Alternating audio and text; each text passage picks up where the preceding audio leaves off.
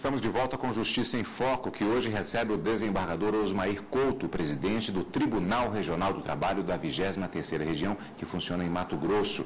Nós vamos ver agora as principais atividades econômicas de Mato Grosso e conhecer melhor a situação do trabalhador rural e urbano do estado. Segundo o IBGE, Mato Grosso tem pouco mais de 3 milhões de habitantes. O IDH, Índice de Desenvolvimento Humano do estado, é o 9º do país. No século XVIII, a mineração era a principal fonte de renda da região e a mão de obra era formada por escravos negros e índios. No século XX, a pecuária e a agricultura passaram a ser as principais atividades econômicas do estado. Hoje, em pleno século XXI, Mato Grosso é um dos principais produtores e exportadores de soja do Brasil. De acordo com dados do Cadastro Geral de Empregados e Desempregados do Ministério do Trabalho, de janeiro a julho deste ano, foram criados cerca de 42 mil postos de trabalho no estado, um crescimento de quase 8%. A agropecuária, a construção civil e o comércio tiveram os melhores desempenhos. Desembargador, logo no início do programa de hoje, o senhor falou a respeito da situação, do contato que teve já naquele período, na década de 80, com situações relativas ao chamado trabalho análogo ao de escravidão. Essa realidade no estado do Mato Grosso ainda, não apenas no estado do Mato Grosso, em todo o país, mas especificamente lá, ainda é uma infeliz realidade que acontece, né? Um número menor.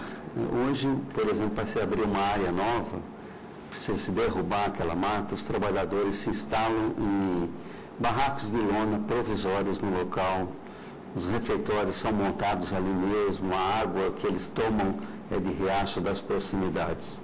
E o Ministério Público do Trabalho tem atuado fortemente, fazendo fiscalização junto com uma comissão, com a Polícia Federal, com a Polícia Rodoviária, o Ministério do Trabalho, e tem ajuizado várias ações de dano moral coletivo nesse sentido. Outras empresas que vão fazer daquela terra um plantio de grãos, eles precisam catar as raízes para iniciar o plantio. E esse trabalho é terceirizado para os chamados gatos, que são aqueles empreiteiros fornecedores de mão de obra. Essas pessoas pegam os trabalhadores da cidade, geralmente desempregados, em locais como rodoviários, levam para a fazenda, adiantam uma parcela de salário para eles e eles ficam endividados, não conseguem sair do local de trabalho. Comem ali, compram no armazém do próprio empreiteiro, chamado gato, e a dívida nunca se paga. Por isso que é chamado hoje trabalhador em condição análoga ou semelhante à escravidão, porque ele fica preso por conta da dívida. E as ações têm surgido, têm diminuído muito, mas ainda tem casos no Mato Grosso de libertação de trabalhadores nessas condições. O fato de que temos diversas varas instaladas ao longo do estado, o desembargador falou a respeito até que há cerca de 200 quilômetros, se eu entendi corretamente, no máximo entre uma vara e outra, isso tem contribuído justamente para uma certa agilidade no julgamento desses casos? Correto, porque hoje o fazendeiro ou empregador que é pego nessas condições, ele é inscrito numa lista do governo federal e ele não pode mais comercializar o produto, não pode mais exportar, não pode fazer financiamento bancário. Então ele fica numa condição muito difícil. Então essa atuação da Justiça do Trabalho, que quando a Justiça se instala, a cidade é uma cidade quase que sem lei, né? As pessoas ainda usam da maneira antiga de fazer relacionamento com o trabalhador, pagam sem pegar recibo, não controla a jornada de trabalho, é um caso muito comum do trabalhador trabalhar em hora extra sem receber respectivo pagamento. A instalação da Justiça do Trabalho, ela vem educar essa população. Agora, uma outra questão também relativa à realidade dos julgamentos hoje em relação à Justiça do Trabalho é que o TRT de Mato Grosso foi o primeiro que passou a reverter o dinheiro de condenações por dano moral coletivo para a própria comunidade, salvo engano, foi em 2005. Entre outras decisões inovadoras do tribunal, o senhor poderia falar a respeito de algumas saídas diferenciadas que têm sido adotadas na Corte? Em 2005, uma usina de açúcar situada na cidade de São José do Rio Claro exigia dos trabalhadores horas extras acima das 2 permitidas. E o Ministério Público ajuizou com uma ação na cidade de Diamantino, onde tem vara de trabalho, que tem jurisdição em São José do Rio Claro, e o juiz condenou a empresa a pagar várias multas por descumprimento de legislação trabalhista. A empresa não recorreu da multa e a juíza, outra juíza passando pela cidade, foi executar aquela sentença. E já estava em 4 milhões de reais, porque a multa era diária.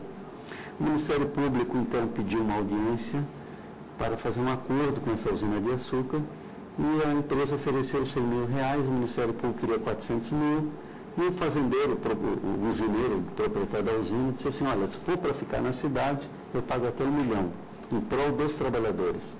O Ministério Público aceitou, nunca tinha feito um acordo nesse sentido, e esse 1 milhão, então, foi revertido em compra de ônibus para levar os filhos dos trabalhadores para a escola, o hospital, reformaram o hospital da cidade, criaram uma sala de convivência para os trabalhadores da usina de açúcar, e hoje se tornou uma prática, porque eles que fiscalizam depois a aplicação desse dinheiro. Desembargador, cumprimento das metas do Conselho Nacional de Justiça, o TRT de Mato Grosso foi o único dos 91 tribunais brasileiros que cumpriu integralmente as 10 metas do Judiciário no ano passado. Foi um trabalho difícil, principalmente a meta 1, que hoje repetiu como a meta 3, julgar tudo que entra no mesmo ano. A justiça trabalha, é uma justiça que não trabalha com estoque. Nosso estoque é mínimo porque a gente sentencia com 6 meses no máximo, o processo está transitado em julgado. Então a gente começa em janeiro, a justiça trabalha com poucos processos para julgar. Nós criamos ferramentas para que nós dessemos conta de medir essa evolução. Aquilo que você não mede, você não consegue gerenciar. Então criamos 3 ferramentas na nossa internet, que é o processômetro, o conciliômetro e o executômetro. São medidores online em que o juiz sabe quanto o processo está entrando na vara do trabalho e quanto ele está julgando. Então, ele vai se aproximando do fim do ano, ele consegue saber como é que está o estoque dele. Se a caixa que armazena está aumentando ou está diminuindo. E o tribunal tem uma comissão junto à presidência que controla essas varas do trabalho e ele atua de modo emergencial em determinada vara que a gente sabe que não vai cumprir a meta. Então, vai uma força-tarefa, vai juízes da capital, vai servidores, para ajudar aquela vara que está precisando de socorro. Com isso, nós temos o controle e conseguimos cumprir essa meta que é a mais difícil de todas, que hoje é a meta 3, julgar tudo que entra durante o ano. Isso, nós falamos já, com isso abordamos um pouco a questão da informática, que também é uma vertente da atuação do Tribunal na atual gestão, que é referente justamente a um outro projeto, que é o oferecimento de cursos de informática para a população. Correto, chamado Vara da Cidadania.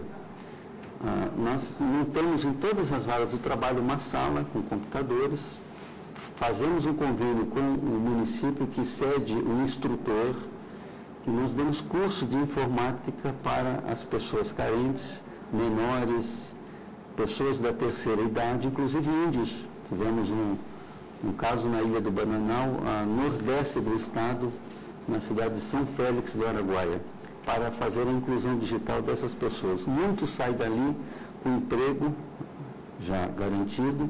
Tivemos um caso muito pitoresco em Cuiabá, em que uma menina não conhecia o pai, e através do curso na Vara da Cidadania, ela pesquisou e acabou localizando o pai dela através da internet. Bom, desembargador, há muitos outros projetos que poderíamos falar, há muitos detalhes, destaques, inclusive em relação ao tipo de matéria que é julgada, mas infelizmente o nosso tempo está esgotado e por isso o nosso Justiça em Foco de hoje vai ficando por aqui. Desembargador Osmar Couto, muito obrigado pela sua participação aqui nos estúdios da TV Justiça, boa sorte na continuidade da administração da Corte e nós vamos nos despedindo de você, amigo da TV Justiça, lembrando que na semana que vem tem mais Justiça em Foco, é claro, aqui na TV Justiça.